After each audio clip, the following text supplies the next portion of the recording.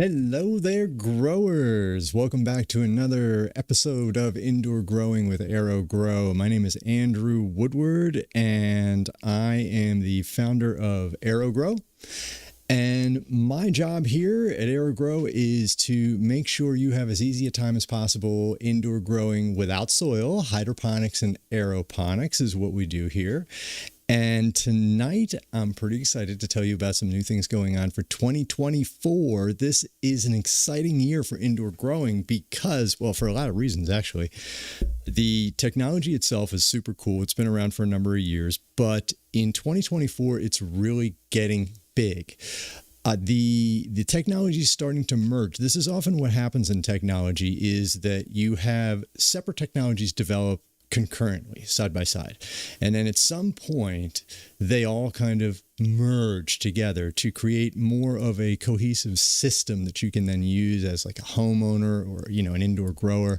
And this has happened in the computer world, when it's happened with cell phones. First we had cameras, then we had phones, then we had computers, then we had smartphones, right? You'd bring all these technologies together. So that is what is happening also in the world of indoor growing. And the way that we're seeing that is that we're seeing, first of all, what I'm seeing is I'm seeing a merging of the technologies between the cannabis growers and the indoor food growers. So the indoor food growers are kind of ironically learning from the indoor cannabis growers. Cannabis growers have been doing this for a long time, and they've kind of mastered a lot of techniques.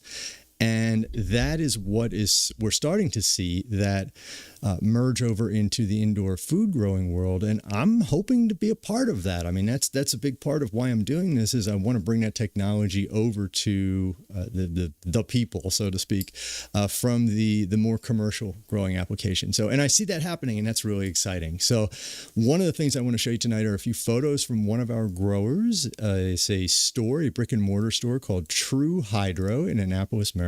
And Paula, who owns that store, has done an amazing job of taking the Hang 10 system that we have here and just running with it. She bought the system, installed it, got it up and running in record time. I've never seen anything like it, really. And it's fantastic. And not only that, not only did she get it up and running, but she's a really good grower too. And honestly, I've been learning a lot from her, working with her. And, she's working with me in the technology, and I'm working with her in the grow techniques. And I've learned a lot from her so far. And it's a fantastic cooperative effort, and there's a lot of that going on. One of the things I want to show you actually is, speaking of technology, the pumps that we're now getting here at Aero-Gro are really cool and much more powerful than they used to be. I want to show you this one here. So if you've been watching this channel for any amount of time, you know that the Hang 10 system is kind of the big product that kind of got Aero-Gro on the map. And the Hang 10 was shown here on the channel a number of times, and some viewers, they said, how do I get one of these? This is going back a ways now. And I said, well, I can build these for commercial use or for, general use. And then I started selling, and I've just been kind of honestly, a little bit overwhelmed trying to keep up with the demand of that, because I wasn't quite finished with the product development at the time where I started selling them. So I was kind of working out some of the kinks, but now we're getting to the end of that. They're working really well. And I've got this unit, like I said, in particular with the photos that I wanted to show you, set up in Annapolis. I can't always show photos because not everybody's willing to share them. Some people are growing, I don't want to make assumptions, but I think that a lot of people are kind of protecting their privacy with their indoor grows, and they'd rather not share photographs. But I'm very fortunate that Paula has a store in a state where it's legal to grow, and she's not only growing and showing pictures to me, but she's growing and showing the public how this works, and that's really important. And one of the things that she brought up is that her customers are always talking about how she talks a lot about how it's nice that you don't have to work with a lot of medium, a lot of water and so forth when you're doing aeroponics, because aeroponics eliminates all that medium and eliminates all that excess water. This system here that we build at Aero-Gro, it uses just a minimum amount of nutrient solution or water, so there's never going to be any disasters in your house from 50 gallons of nutrient solution going all over your living room, or God forbid you live in an apartment and it goes down in your neighbor's living room downstairs or something like that, equally horrible. So that won't happen with an Aero-Gro hang-tan aeroponic system. There's no threat of a massive amount of water causing a big problem for you. The only amount of water that you need is the amount to create your nutrient solution, and from that point, there's no other risk. Also, and we're playing. We've kind of perfected this idea here. I'm going to show you this on camera in a second here, but there are no holes in these buckets. That's important.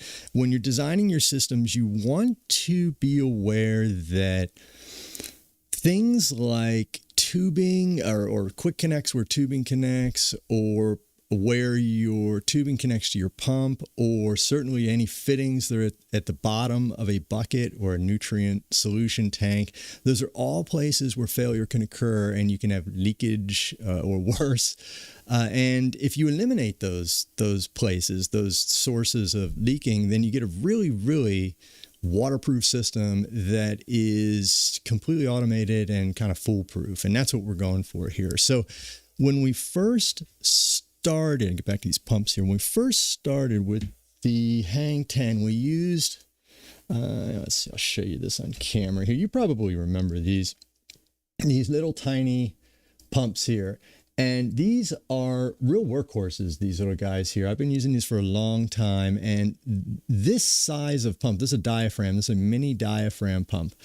And it is just basically a motor with a little rotating pump mechanism inside this plastic housing, and it's 12 volts, and they're workhorses. They'll do anything you want.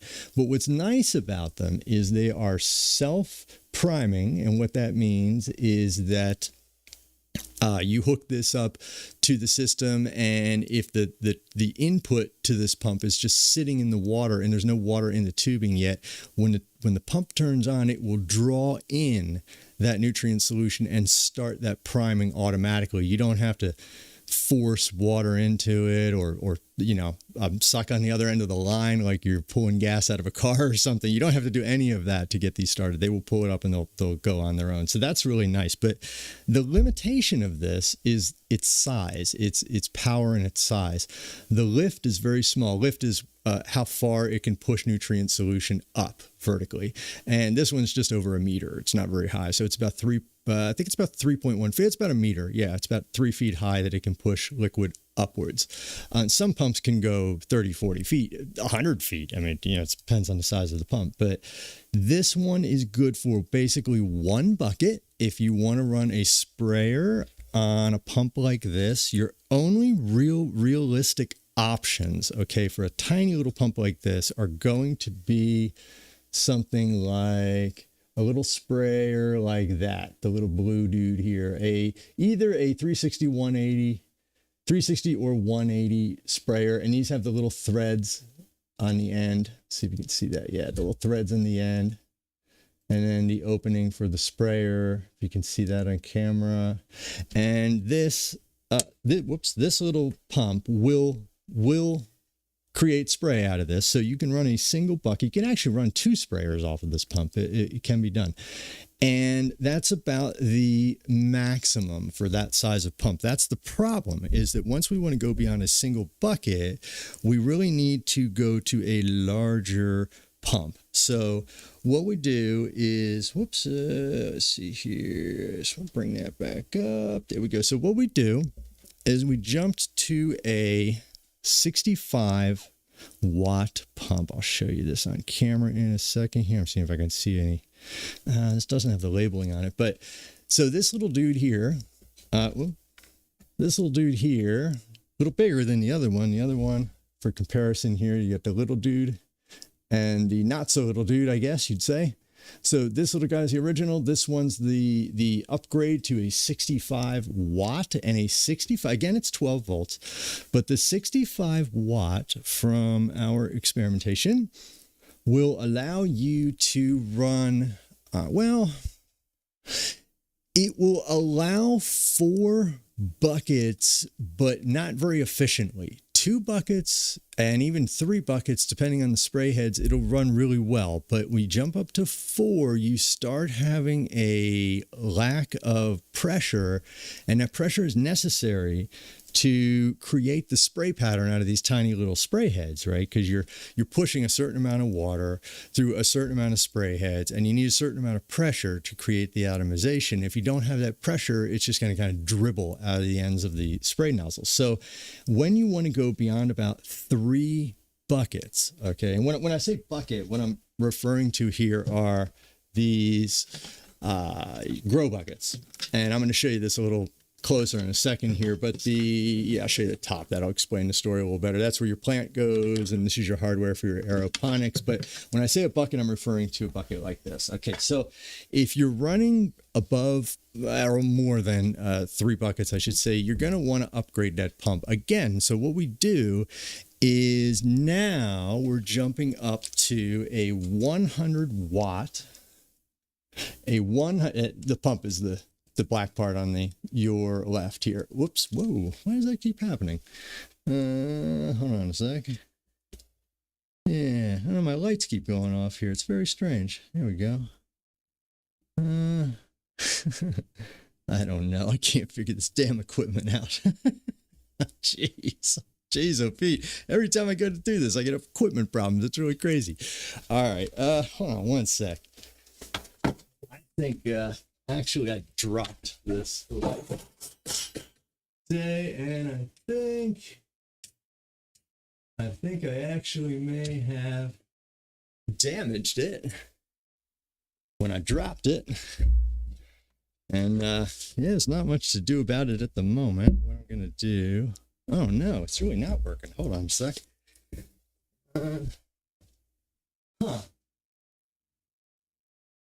That's weird.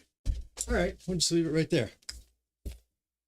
Yeah, I don't know, kind of strange. So, all right, now we have, oh my God, what a disaster. Okay.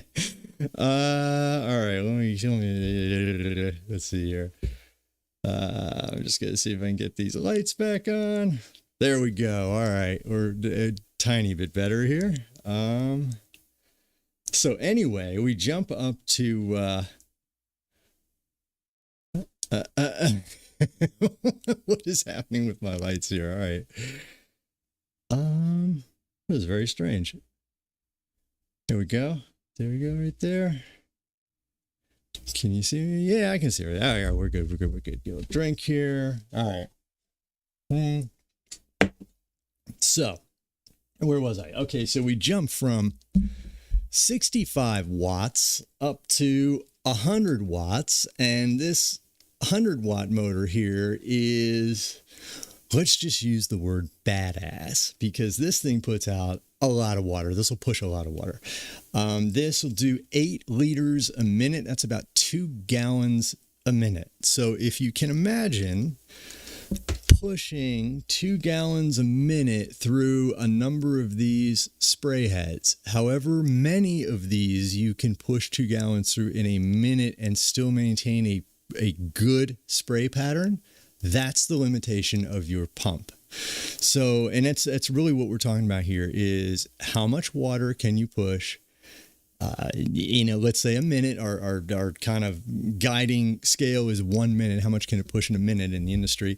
And then the pressure that it's pushing that, and those two determinations, that the volume of water and the pressure that it's pushing at, determine how much it's going to push in a minute and how good a spray pattern you're going to get. And I'll tell you one other thing here. The spray pattern between one of these little plastic spray heads and one of these higher pressure stainless steel spray heads is significant. What I mean by that is it's going to take a lot more pressure to create a good atomization out of one of these stainless steel heads. And not only that, there are two things to consider here. So the spray pattern out of these little stainless steel ones is very, very good. I will say that, if you have the higher pressure pump, like a 100-watt pump, and you want to hook it up to one of these stainless steel jobs or 8 or 10 of them, it's going to give you a really nice spray pattern. This is what's used, by the way, if you've ever been to a restaurant or an outdoor area in the summertime and they have one of those misting systems that puts mist into the air to cool you down on a hot day. This is the type of spray nozzle that they're using on those systems. Now, those systems are kind of expensive because those systems use a very high pressure pump, even higher pressure than the ones we use here for hydroponics, but they look almost identical. They're just a little higher pressure. But this is what you need to push liquid through one of these spray nozzles, stainless steel type.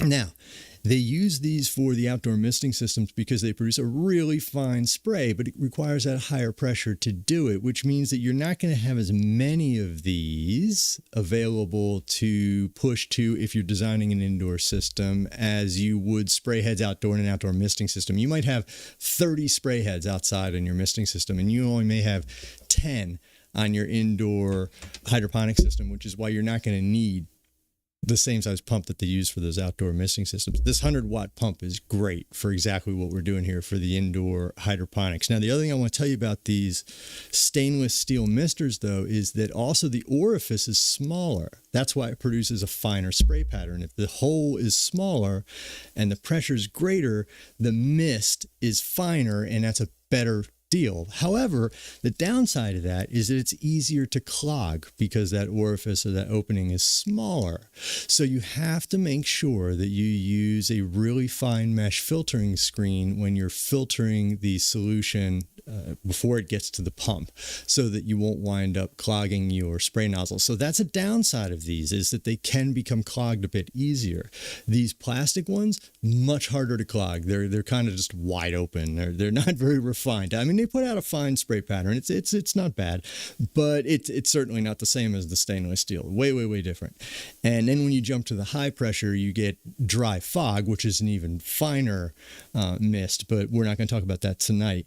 So yeah, we have the pumps where you can't even measure. It's not even labeled because the pressure is so small, so low rather. And then you've got 65 watt, and then you've got 100 watt. And then beyond that, we're getting into more of a commercial application. But what's cool is, now, before I go any further, let me show you this. Okay.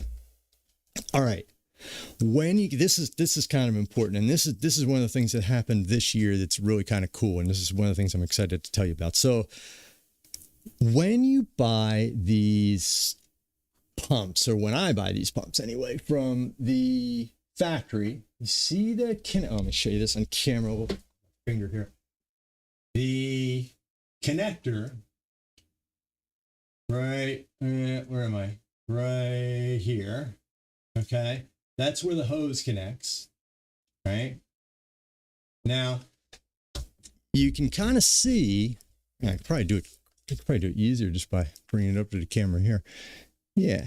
Okay. So the connector right here, which connects to the hose going in and then the hose going out, these connectors are very, very tricky. Not going to lie.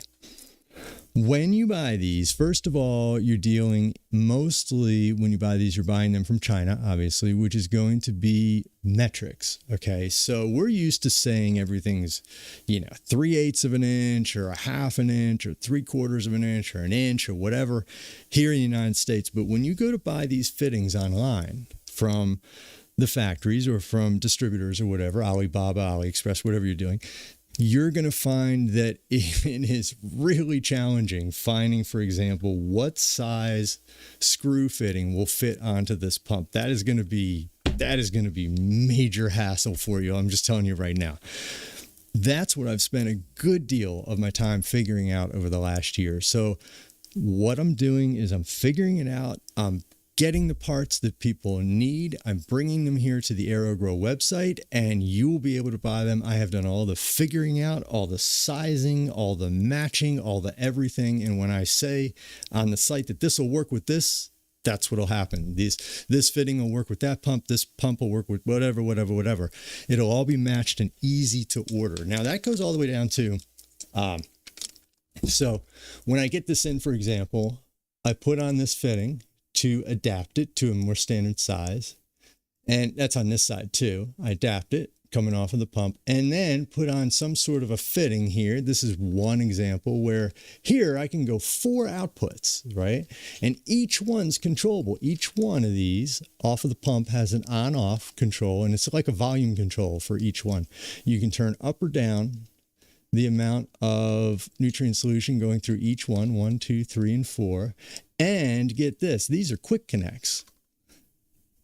Ooh, so that just comes off like that.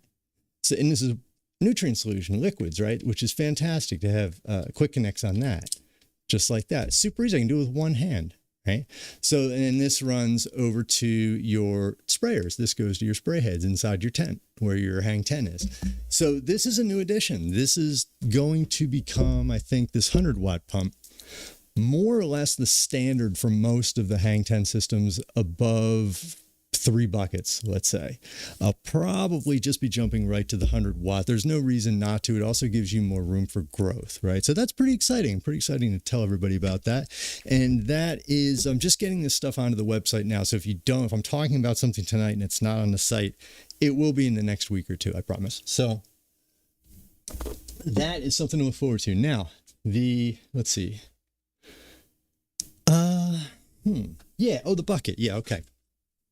All right. So the other thing is now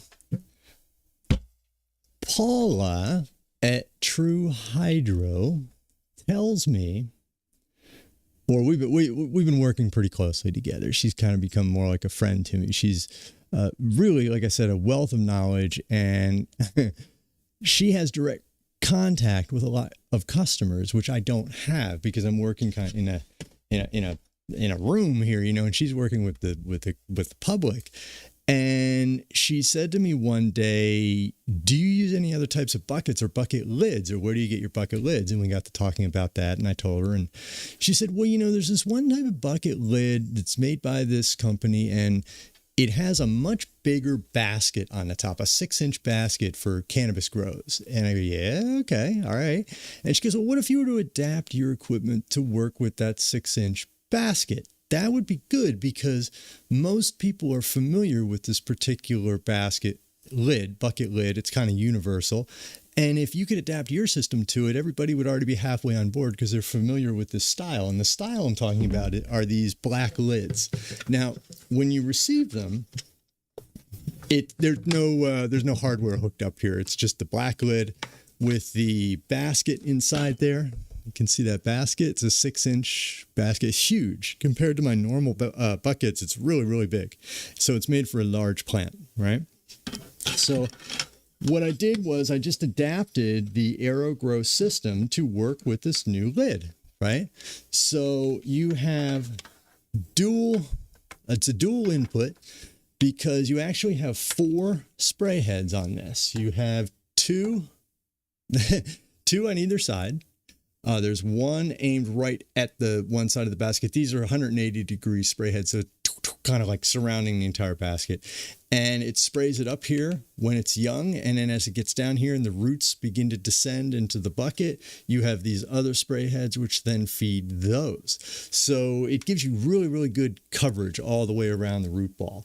And then this is the new style of pickup tube for the nutrient solution. This is where it either picks it up from the nutrient bucket or picks it up from a grow bucket and returns it to the nutrient bucket, goes through this filter first so that it doesn't clog the system. And this is this fine mesh I was telling you about that's really, really nice. It works very well. And that when it gets dirty, you just take it out, rinse it off, put it back in.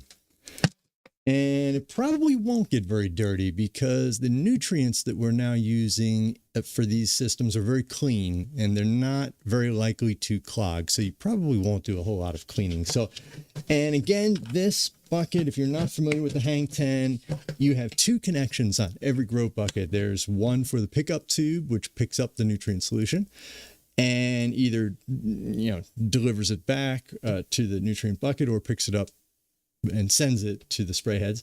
And then you've got your hookup for your nutrient solution for the spray heads. And that's it, just the 2 connections. And so it's the same as a normal hang 10 bucket. So that's really cool. This is brand new product. So this is, I don't even have a label for it yet. I don't even have a name for it, honestly.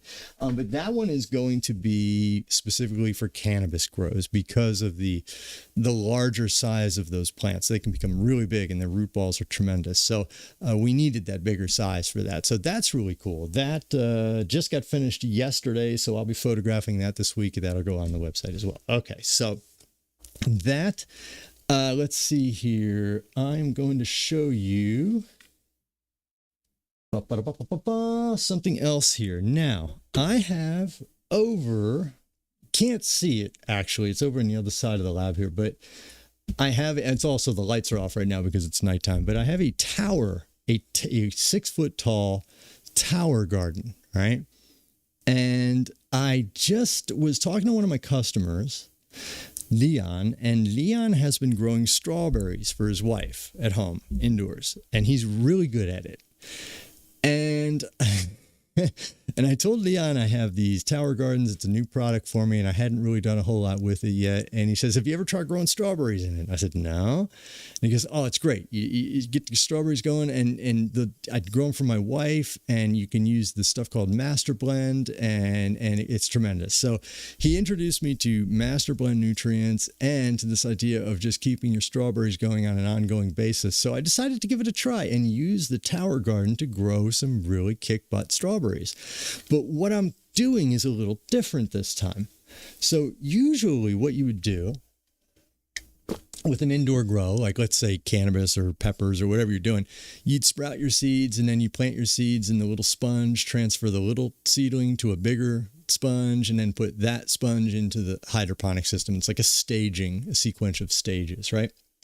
So instead of going through all of that, what I saw was kind of interesting that some people had done is to buy their strawberry plants as bare root plants, like just, I don't want to get this on the computer, but they've been soaking. Yeah, these are bare root strawberry plants that I bought on, I think these were on Amazon, but I've also purchased some on Etsy. And they're sent to you just like that in a bag without the water, obviously, but they're kind of sprayed down, so they're a little bit damp. And then they're in a plastic bag. They send them to you in the mail. And you take them out, and there they are. They're strawberry plants. I mean, they don't look too great when they arrive. They've been through a long process, so they're kind of hungry and angry, I'm sure. But then you soak them for 24 hours when you get them. And what I do is I soak them in some water with some of this root supplement. So you put a teaspoon of this in about a gallon of water, and then you let them soak overnight. And what this does is it kind of reinvigorates the roots and also loosens up some of this dirt just sitting in the water, just that. And then what I'm going to do, and I'll show you all this in a separate video, is you take these out of the water and you separate them on a nice clean surface. And then you take your scissors and you trim the roots a little bit, just the tips off, like you're giving them a haircut. And then you trim off any of the dead stuff off of the top of the plants and you separate them all out. And this is supposed to be 25 plants here. So separate them out, clean them up. And then you put each one of those plants inside of a sponge. I used a basket for each one when I transplanted some over to the tower garden this week. I used actually the little white baskets that I use for the gardens back here. I actually took those and I snipped the ends so that I could fit the strawberry plant into the basket and push the roots through the bottom of it. And then I put that basket into the tower. That's not the best way to do it. And I'm going to experiment this week with a few other ways, but this method so far of soaking the roots, cleaning them up, trimming them, and then putting them into the garden is fantastic. I put them in there about a week ago, and I don't have the camera set up to show you that tonight. I'll show you that next time, but they are so happy now. They are starting to grow.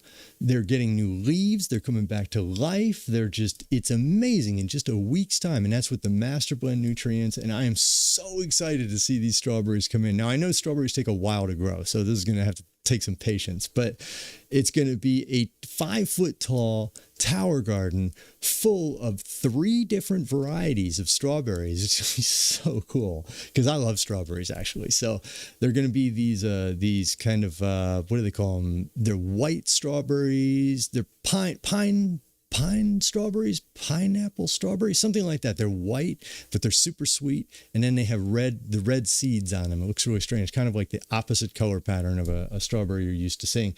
And then I've got some everbearing strawberries, which, that's these that just came in today. That's going to be 25 of those. And what I'm going to do is I also have a second tower garden that came in. I haven't even unwrapped it yet. It's still in a box over here, and it's for demonstration purposes. I'm demoing it to see if it's a product that I want to carry. I thought maybe what I'll do is on camera, I will set up that tower garden in one video, set up that tower garden and plant these strawberries in it, and then we can track that over time. I thought that would be kind of cool. I just got to find space in here to do it because I've got so much growing going on down here. I'm running out of space. But this is a really neat process, and it's much faster and in some ways more foolproof, where you buy the bare root plants, soak them, trim them, then put them in the garden, and you're saving yourself a lot of time that way. And eventually, I think a lot of plants are going to be available like that for indoor growing. But right now, we're kind of just getting used to how all this works, right? So, all right.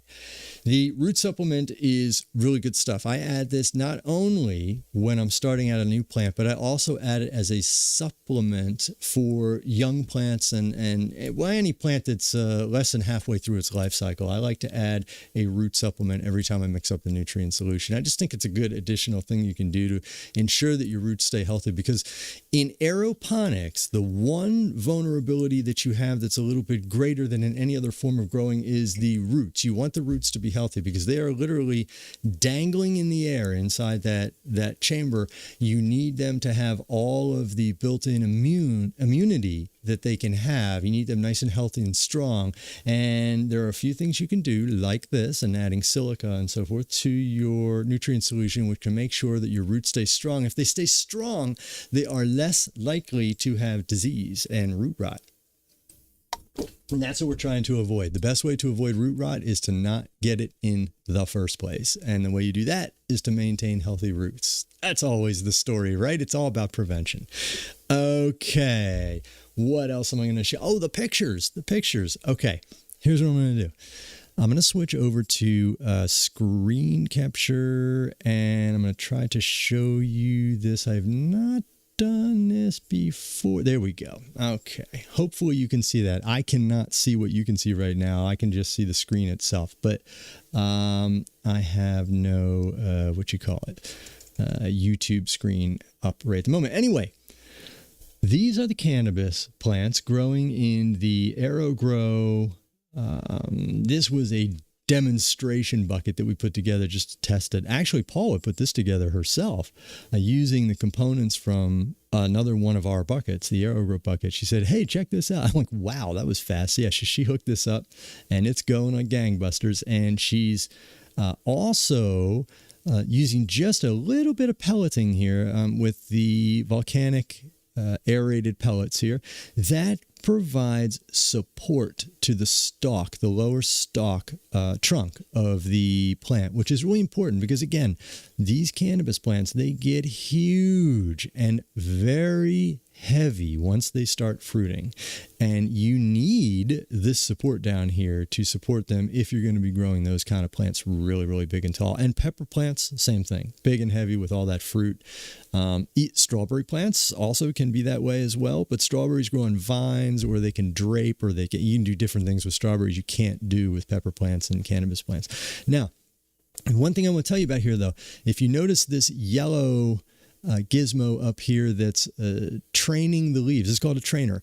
And what Paula does is she's actually training these branches to grow outwards from the base of the plant so that you create a wider, more available canopy for light. So you get the branches to grow wider and flatter, and then it acts like a big solar panel for the plant and picks up more light. So you don't have a bunch of leaves hidden underneath here, which is what you're trying to avoid. So these little yellow things are used for that. They're just small bits of plastic, and and you kind of very gently bend the branch around it. And then over the period of a few weeks, it starts to grow like that more or less permanently. And then you can, I don't know whether Paula removes these quickly or whether she lets them sit on for a long time, but that's the idea, is you train the plant, right? So there's another shot of that. Where now there's in the background there, you can see the original style bucket with the smaller opening in the top here, and then the newer style here with the larger cannabis specific opening here. But as you can see, the little quick connects here are the same on both buckets. They look exactly the same.